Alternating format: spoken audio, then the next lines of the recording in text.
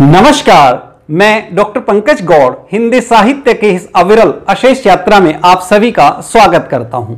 आज हम पढ़ने जा रहे हैं आपकी आरोह भाग 2 में संकलित प्रसिद्ध कविता बात सीधी थी पर। बात सीधी थी पर के यशस्वी कवि हैं कुंवर नारायण। कुंवर नारायण एक ऐसे कवि हैं जो कहते हैं, न जाने कब से बंद एक दिन इस तरह खुला घर का दरवाजा, जैसे गर्द से ढकी एक पुरानी किताब।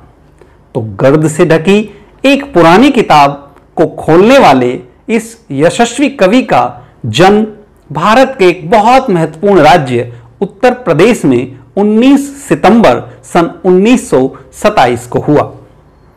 आप में बचपन से ही साहित्यिक संस्कार परिलक्षित हैं। आपने विधिवत रूप से लगभग सन 1950 के आसपास काव्य की शुरुआत की। कविताओं के अलावा अनेक प्रकार के चिंतन परक लेख, कहानियां, सिनेमा की समीक्षाएं आपने लिखी। विविध विधाओं में सृजन करने के पश्चात भी आपका पहला प्यार हमेशा कविताएं ही रही। सबसे बड़ी बात, नई कविता के दौर में जब बहुत कम प्रबंध काव्य लिखे गए, आपने एक बहुत प्रसिद्ध प्रबंध काव्य इस युग में लिखा। आत्मजयी के माध्यम से आपने साहित्य संसार को एक अमूल्य कृति प्रदान की। आपके रचना क्रम पर एक दृष्टि। आपकी प्रमुख रचनाएं इस प्रकार हैं। चक्रव्यूह सन 1956, परिवेश हम तुम, अपने सामने, कोई दूसरा नहीं, इन दिनों, ये सभी आपके काव्य संग्रह हैं। आत्मजयी आपने प्रबंध काव्य के रूप में बड़ी प्रसिद्ध पुस्तक लिखी। आकारों के आसपास आपका कहानी संग्रह है। आज और आज से पहले आपने समीक्षा की यह पुस्तक लिखी। और मेरे साक्षात्कार एक ऐसी पुस्तक है जहां विभिन्न प्रकार के साक्षात्कार संकलित किए गए हैं। ऐसे यशस्वी कवि को, जिन्होंने इतनी श्रेष्ठ रचनाएं साहित्य संसार को, समाज को प्रदान की, उन्हें अनेक प्रकार के पुरस्कारों से सम्मानित किया गया। आपको देश के और विदेश के अनेक प्रतिष्ठित पुरस्कार प्राप्त करने का गौरव हासिल है। आपने जो पुरस्कार प्राप्त किए उनमें प्रमुख इस प्रकार हैं। साहित्य अकादमी पुरस्कार, कुमारन आशान पुरस्कार, व्यास सम्मान, प्रेमचंद पुरस्कार, लोहिया सम्मान, कबीर सम्मान। इस प्रकार आपको देश के लगभग हर प्रतिष्ठित सम्मान से सम्मानित होने का अवसर प्राप्त हुआ। आप एक ऐसे कवि हैं जो प्रकृति से सरोकार रखते हैं, जो अंतिम पायदान पे खड़े व्यक्ति का चिंतन करते हैं, महिलाओं की दशा और दिशा के प्रति जिनके हृदय में गहरी संवेदना है, और सबसे बड़ी बात, अपने रचनाक्रम के प्रति आप बहुत जागरूक हैं। साधारण भाषा के माध्यम से किस प्रकार असाधारण प्रभाव पैदा किया जा सकता है, यह आपकी साहित्यिक रचनाओं के माध्यम से समझा जाता है। इसीलिए आपकी कविताओं को देखकर समीक्षक बड़ी सटीक टिप्पणी करते हैं। कविता में व्यर्थ का उलझाव, अखबारी सतहीपन और वैचारिक धुंध की बजाय संयम, परिष्कार और साफ सुथरापन है। भाषा और भाव के जिस सामंजस्य के लिए आपने लगातार काम किया, उसके माध्यम से आपने विशिष्ट कृतियां साहित्य संसार को प्रदान की। एक ऐसा खुलापन आपके स्वभाव की विशेषता है जिसके परिवेश में पूरा संसार समाहित होता है। आपका साहित्यिक क्रम, आपकी वैचारिक प्रतिबद्धता समाज के प्रति, संसार के प्रति निश्चित रूप से श्लाघ्य है। ऐसे यशस्वी कवि की आज हम रचना पढ़ने जा रहे हैं, बात सीधी थी पर। जिस रचना को आज हम पढ़ने जा रहे हैं वह उनके काव्य संग्रह कोई दूसरा नहीं में संकलित है। कविता में कथ्य और माध्यम के द्वंद्व को भाषा की सजगता के माध्यम से उबारने की बात की गई है। कवि कहते हैं कि जिस प्रकार एक व्यक्ति जब किसी पेच को कसता है, एक कारीगर जब किसी पेच को कसता है, तो वह चूड़ी और खांचे का सामंजस्य बैठाने में समर्थ रहता है। ठीक भाषा, भाव, कथ्य में इसी प्रकार का सामंजस्य होना चाहिए। अब हम इस कविता का आदर्श वाचन करेंगे, क्योंकि नई समीक्षा पद्धति किसी भी रचना को अवयविक संरचना के रूप में महत्व देती है। तो सबसे पहले पूरी कविता एक रूप में हम लोगों के सामने आए, हम इसे पूरी कविता का रसास्वादन करें। तो कविता का वाचन। बात सीधी थी पर एक बार भाषा के चक्कर में जरा टेढ़ी फंस गई। उसे पाने की कोशिश में भाषा को उलटा पलटा, तोड़ा मरोड़ा, घुमाया फिराया कि बात या तो बने या फिर भाषा से बाहर आए। लेकिन इससे भाषा के साथ साथ बात और भी पेचीदा होती चली गई। सारी मुश्किल को धैर्य से समझे बिना मैं पेच को खोलने के बजाय उसे बेतरह कसता चला जा रहा था, क्योंकि इस करतब पर मुझे साफ सुनाई दे रही थी तमाशबीनों की शाबाशी और वाह वाह। आखिरकार वही हुआ जिसका मुझे डर था। जोर जबरदस्ती से बात की चूड़ी मर गई और वह भाषा में बेकार घूमने लगी। हार कर मैंने उसे कील की तरह उसी जगह ठोक दिया। ऊपर से ठीक ठाक, पर अंदर से न तो उसमें कसाव था न ताकत। बात ने जो एक शरारती बच्चे की तरह मुझसे खेल रही थी, मुझे पसीना पोंछते देखकर पूछा, क्या तुमने भाषा को सहूलियत से बरतना कभी नहीं सीखा? यह इस पूरी कविता की सूत्रात्मक पंक्ति है। क्या तुमने भाषा को सहूलियत से बरतना कभी नहीं सीखा? अर्थात हमेशा भाषा इस प्रकार की होनी चाहिए जो भावों के प्रकटीकरण में सफल हो, सक्षम हो, जो सीधे पाठक तक पहुंचे, जो पाठक के साथ एक ऐसा तादात्म्य स्थापित करने में सक्षम हो कि कहीं भी संप्रेषण में बाधा उत्पन्न न हो। अब हम प्रथम पद्यांश की सप्रसंग व्याख्या देखेंगे। तो इसमें प्रथम पद्यांश है, बात सीधी थी पर एक बार भाषा के चक्कर में जरा टेढ़ी फंस गई।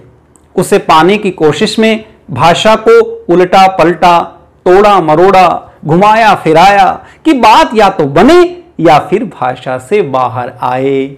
लेकिन इससे भाषा के साथ साथ बात और भी पेचीदा होती चली गई। तो ये हमारा प्रथम पद्यांश है। इस पद्यांश के लिए हमें प्रसंग लिखना है, व्याख्या करनी है और विशेष लिखना है। तो प्रसंग के अंतर्गत प्रस्तुत पंक्तियां हमारी हिंदी की पाठ्य पुस्तक आरोह भाग 2 में संकलित कविता बात सीधी थी से ली गई हैं। इसके कवि कुंवर नारायण हैं। यह कवि के काव्य संग्रह कोई दूसरा नहीं से ली गई है। इसमें कवि कथ्य और भाषा के सामंजस्य की बात करते हैं। अब हम इस कविता की व्याख्या करेंगे। आप जानते हैं कि जब आप कविता की व्याख्या करते हैं तो उसमें शब्द और भाव दोनों को महत्व दिया जाना चाहिए। हम कहते हैं शब्दार्थो सहितो वाक्यम काव्यम, यानी शब्द का अपना महत्व है और उसके माध्यम से वास्तव में कवि क्या कहना चाहता है, यह व्याख्या के दौरान आपको स्पष्ट समझाना चाहिए। कवि कहते हैं कि एक बहुत सीधी बात, एक बहुत सीधा विचार, एक बहुत सीधी संवेदना मेरे मस्तिष्क में आई और इस संवेदना को व्यक्त करने के लिए मुझे भाषा का सहारा लेना पड़ा। लेकिन जिस तरह की भाषा उस भाव के लिए होनी चाहिए थी, मैं उस प्रकार की भाषा का प्रयोग करना नहीं जानता। मैंने क्या किया कि ऐसी क्लिष्ट भाषा का प्रयोग करना प्रारंभ कर दिया जो उस भाव के अनुकूल नहीं थी, और भाषा के इस चक्कर में मेरी जो बात थी, मेरा जो भाव था, मेरी जो संवेदना थी, वो टेढ़ी फंस गई।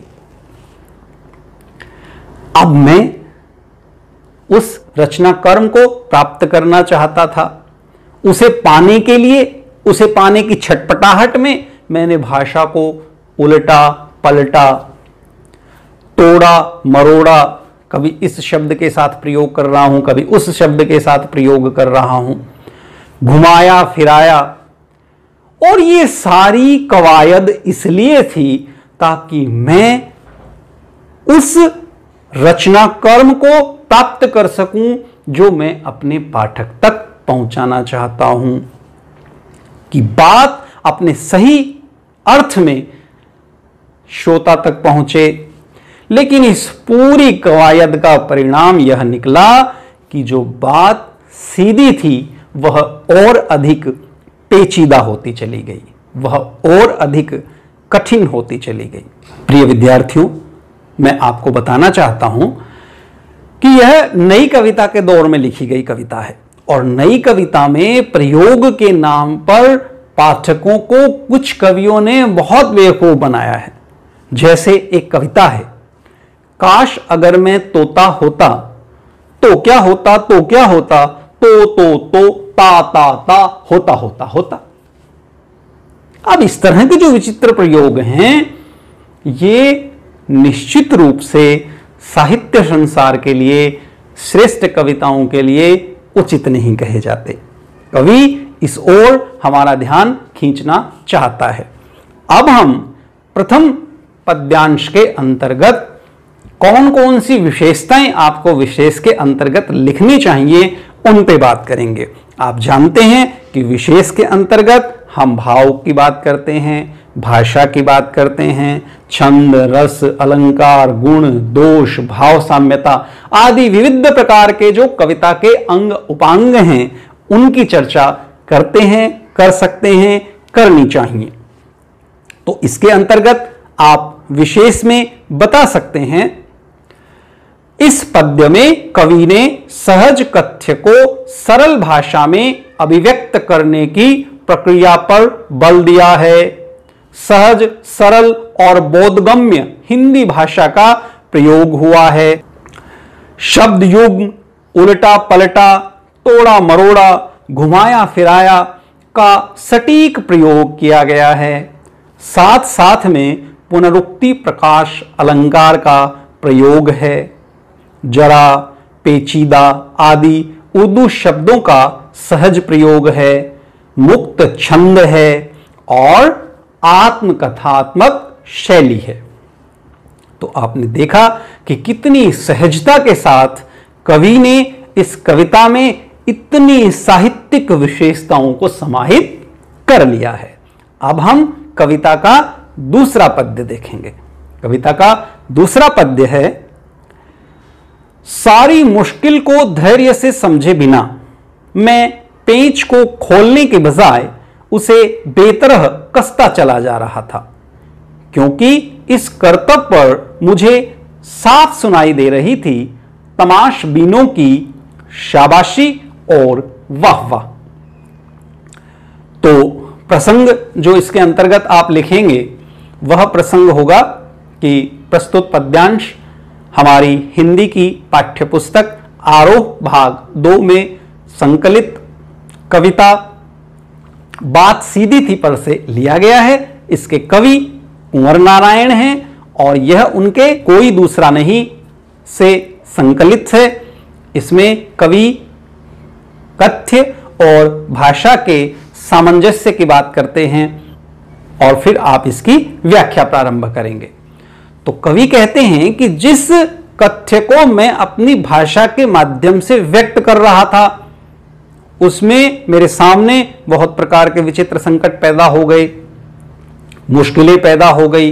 मैं कभी भाषा को तोड़ मरोड़ रहा हूं, कभी उलट पलट रहा हूं, लेकिन इस सारी प्रक्रिया के बाद भी जो एक महत्वपूर्ण चीज है धैर्य, उसे मैंने खो दिया।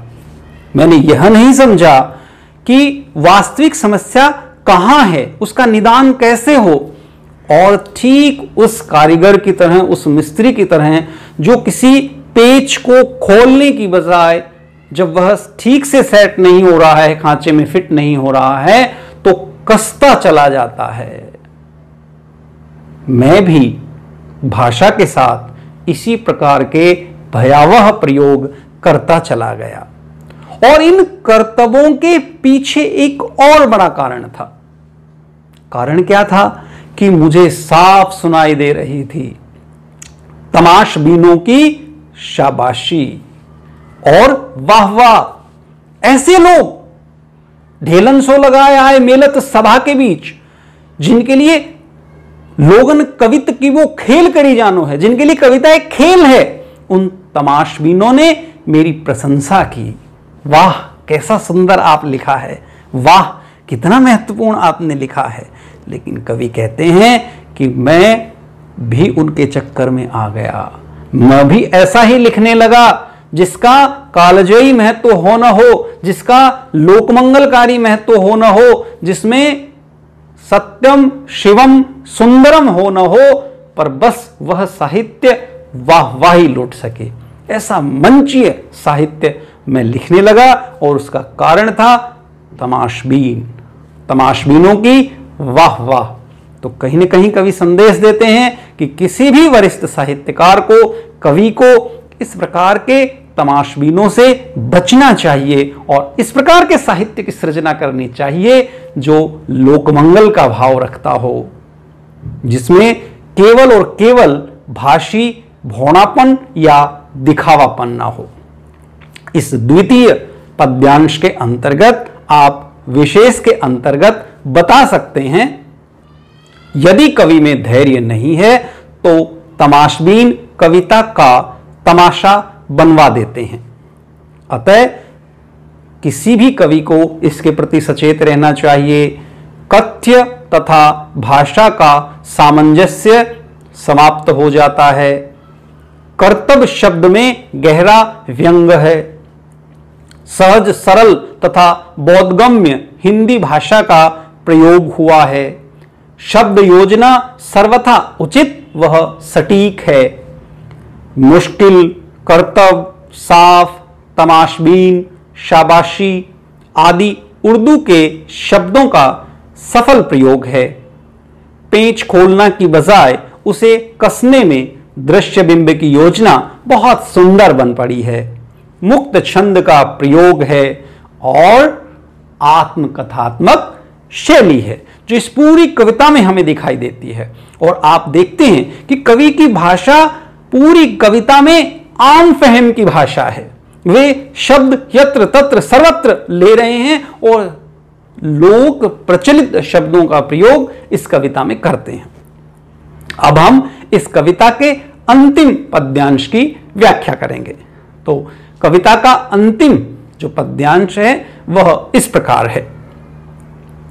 आखिरकार वही हुआ जिसका मुझे डर था। जोर जबरदस्ती से बात की चूड़ी मर गई और वह भाषा में बेकार घूमने लगी। हारकर मैंने उसे कील की तरह उसी जगह ठोक दिया। ऊपर से ठीक ठाक पर अंदर से न तो उसमें कसाव था न ताकत। बात ने जो एक शरारती बच्चे की तरह मुझसे खेल रही थी, मुझे पसीना पोंछते देखकर पूछा, क्या तुमने भाषा को सहूलियत से बरतना कभी नहीं सीखा? तो इस तृतीय पद्यांश के अंतर्गत प्रसंग पूर्ववत रहेगा। उसकी कुछ विशेषताएं आप बता सकते हैं कि यहां कथ्य और भाषा के सामंजस्य के संदर्भ में बताते हुए कवि भाषा की सहजता पर बल देते हैं। व्याख्या के अंतर्गत आप बताएंगे कि तमाशबीनों के कारण जिस प्रकार के काव्य की रचना में कर रहा था, विभिन्न प्रकार के उलट पलट तोड़ मरोड़ प्रयोग में जो भाषा में कर रहा था, वह सब करने से, जिस तरह से मिस्त्री के, कारीगर के पेच के साथ जबरदस्ती करने से वह पेच बिल्कुल फ्री हो जाता है, बेकार हो जाता है, उसकी कोई उपादेयता नहीं रहती। यही मेरे साहित्यिक कर्म के साथ हुआ, मेरी कविताओं के साथ हुआ।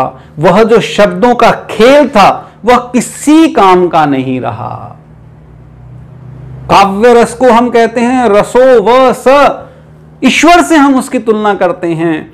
पर तमाशबीनों के लिए जो साहित्य की रचना मैंने की, उलट पलट करके जिस प्रकार के शब्दों का प्रयोग मैंने किया, उसकी चूड़ी मरी हुई थी। वह उस फ्री पेच की तरह था जिसकी कोई उपादेयता साहित्य और समाज के लिए नहीं रह गई थी। हार कर मैंने उसे कील की तरह उसी जगह ठोक दिया। ऊपर से ठीक ठाक। अब वह पेच बाहर से कैसा दिखाई देता है? बाहर से वह बिल्कुल ठीक दिखाई देता है, लेकिन अंदर से न तो उसमें कसाव था और न ही ताकत। कवि कहता है कि मेरे भीतर का जो भाव था, जो संवेदना थी, जो कथ्य था, वह एक शरारती बच्चे की तरह जैसे मेरे साथ खेल रहा हो, मुझसे सवाल कर रहा हो, मेरे भीतर विचार पैदा करवा रहा हो। उसने मुझसे पूछा, क्या तुमने भाषा को सहूलियत से बरतना कभी नहीं सीखा? अर्थात यदि सही अर्थ में सच्चे साहित्य की, श्रेष्ठ कविताओं की सृजना आप करना चाहते हैं तो उसके लिए बहुत ही आवश्यक है भावानुकूल भाषा। The best word in their best order. सर्वोत्तम शब्द अपने सर्वोत्तम क्रम में कविता हैं। ऐसे शब्द जो उस भाव के साथ न्याय कर सके, केवल दिखावा न करते हों, केवल छलावा न करते हों, केवल तमाशबीनों के लिए न हो, केवल आकर्षण का विषय न हो। ऐसे शब्दों का प्रयोग जो सही अर्थों में उस भाव के साथ न्याय कर सकें। तो कविता की भाषा ऐसी भाषा होनी चाहिए जो सहज भाषा हो, सहूलियत की भाषा हो। अब हम इस अंतिम पद्यांश के अंतर्गत विशेष में आप कौन कौन से विशेषताओं को समाहित कर सकते हैं उस पे बात करेंगे। तो इस अंतिम पद्यांश में विशेष में है, कविता की संरचना में कवि ने शिल्प पक्ष, भाषा के महत्व को सक्षमता के साथ व्यक्त किया है। पेच कसने में दृश्य बिंब की योजना सजीव बन पड़ी है। कील की तरह ठोकना से अभिप्राय है भाषा का बलपूर्वक प्रयोग करना। बात का मानवीकरण बहुत ही प्रभावशाली है। कील की तरह शरारती बच्चे की तरह में उपमा अलंकार का तथा पसीना पोंछना जोर जबरदस्ती में अनुप्रास अलंकार का प्रयोग किया गया है। कवि का पसीना पोंछना में बहुत ही सुंदर बिंब योजना है। सहज, सरल एवं बोधगम्य भाषा का प्रयोग किया गया है। मुक्त छंद और संवादात्मक शैली का प्रयोग है। आखिर, जोर जबरदस्ती, ताकत, पसीना, सहूलियत आदि उर्दू शब्दों का प्रयोग काव्य सौंदर्य में वृद्धि करता है। तो इस प्रकार आपने इस पूरी कविता की व्याख्या, प्रसंग और विशेष देखे। अब हम कविता के अंतर्गत दिए गए अभ्यास कार्य को करेंगे। तो अभ्यास कार्य में है कविता के साथ। कविता के साथ अभ्यास कार्य में प्रश्न संख्या 1 से 4 तक जो कुंवर नारायण जी की पहली कविता है उससे संबंधित प्रश्न पूछे गए हैं और प्रश्न संख्या 5 हमारी इस द्वितीय कविता बात सीधी थी पर से लिया गया है। तो प्रश्न संख्या 5 है, भाषा को सहूलियत से बरतने का क्या अभिप्राय है? भाषा को सहूलियत से बरतने से कवि का अभिप्राय है कि आडंबरपूर्ण, भारी भरकम, समझ में न आने वाली शब्दावली का प्रयोग कविता में नहीं किया जाना चाहिए।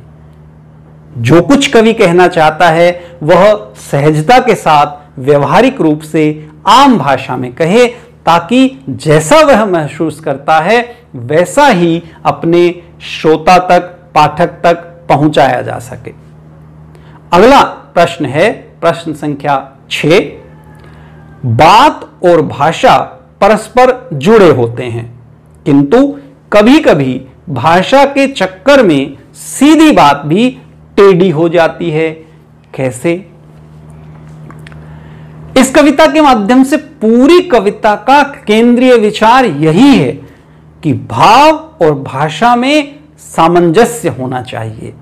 भाव और भाषा में ऐसी रवानगी होनी चाहिए कि वह श्रोता तक, पाठक तक ठीक उसी प्रकार से संप्रेषित हो सके जैसे कवि सोचता है। भाषा यदि श्रेष्ठ नहीं है, भाषा यदि भावानुकूल नहीं है, ऐसी भाषा जो बनावटी है, दिखावटी है, जो केवल तमाशबीनों के लिए है, जिसका उद्देश्य केवल मजमा लगाना है, जो केवल मंचीय है, तो निश्चित रूप से ऐसी भाषा के माध्यम से श्रेष्ठ भावों की अभिव्यक्ति नहीं हो सकती। कालजयी रचनाएं समाज को नहीं दी जा सकती। अतः कवि कहता है कि कभी भी इस प्रकार की भाषा का प्रयोग नहीं किया जाना चाहिए। भाषा सहूलियत के अनुसार सहज, सरल, भावानुकूल, बोधगम्य होनी चाहिए। अगला प्रश्न है प्रश्न संख्या 7। बात कथ्य के लिए नीचे दी गई विशेषताओं का उचित बिंबों, मुहावरों से मिलान करें। इसमें बिंब और मुहावरे दिए गए हैं। बात की चूड़ी मर जाना, बात की पेंच खोलना, बात का शरारती बच्चे की तरह खेलना, पेंच को कील की तरह ठोक देना, बात का बन जाना। इनके साथ जो विशेषताएं दी गई हैं वे इस प्रकार हैं। कथ्य और भाषा का सही सामंजस्य बनना, बात का पकड़ में न आना, बात का प्रभावहीन हो जाना, बात में कसावट का न होना, बात को सहज और स्पष्ट करना। तो इन विशेषताओं को आप इस प्रकार से जोड़ सकते हैं। इस प्रश्न का उत्तर होगा बात की चूड़ी मर जाना, बात का प्रभावहीन हो जाना, बात की पेंच खोलना, बात को सहज और स्पष्ट करना, बात का शरारती बच्चे की तरह खेलना, बात का पकड़ में न आना, पेंच को कील की तरह ठोक देना, बात में कसावट का न होना, बात का बन जाना, कथ्य और भाषा का सही सामंजस्य बनना। इस प्रकार के प्रश्न दिए गए हैं जो कविता के आसपास हमें सोचने के लिए मजबूर करते हैं, हमें प्रेरित करते हैं, जो सीधे कविता से जुड़े हुए नहीं हैं, पर जिनका बहुत महत्व है, जो हमारी भाषा को समृद्ध करने में महत्वपूर्ण भूमिका निभाते हैं। तो कविता के आसपास के अंतर्गत जो पहला प्रश्न है वह है बात से जुड़े कई मुहावरे प्रचलित हैं, कुछ मुहावरों का प्रयोग करते हुए लिखें। तो इसका उत्तर आप दे सकते हैं।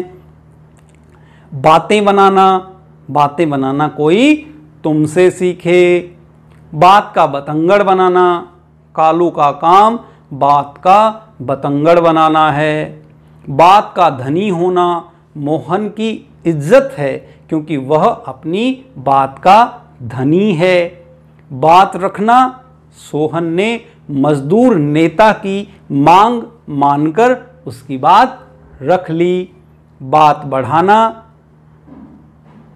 हर्षवर्धन अब सारी बातें यही खत्म करो क्योंकि बात बढ़ाने से तनाव बढ़ता है। तो इस प्रकार इसके अंतर्गत हमने देखा कि बात के कितने मुहावरे यहाँ प्रयोग किए गए हैं। दूसरा जो प्रश्न है वह है व्याख्या करें।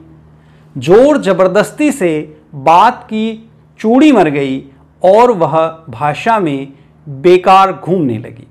तो इसके अंतर्गत कवि कहता है कि मैं अपने कथ्य को जिस प्रकार के शब्दों के माध्यम से व्यक्त करना चाहता था, उस प्रकार का उचित तारतम्य स्थापित न होने से, वैसे बिंब और उपमानों का प्रयोग न करने के कारण मेरी बात का सारा चमत्कार व्यर्थ हो गया।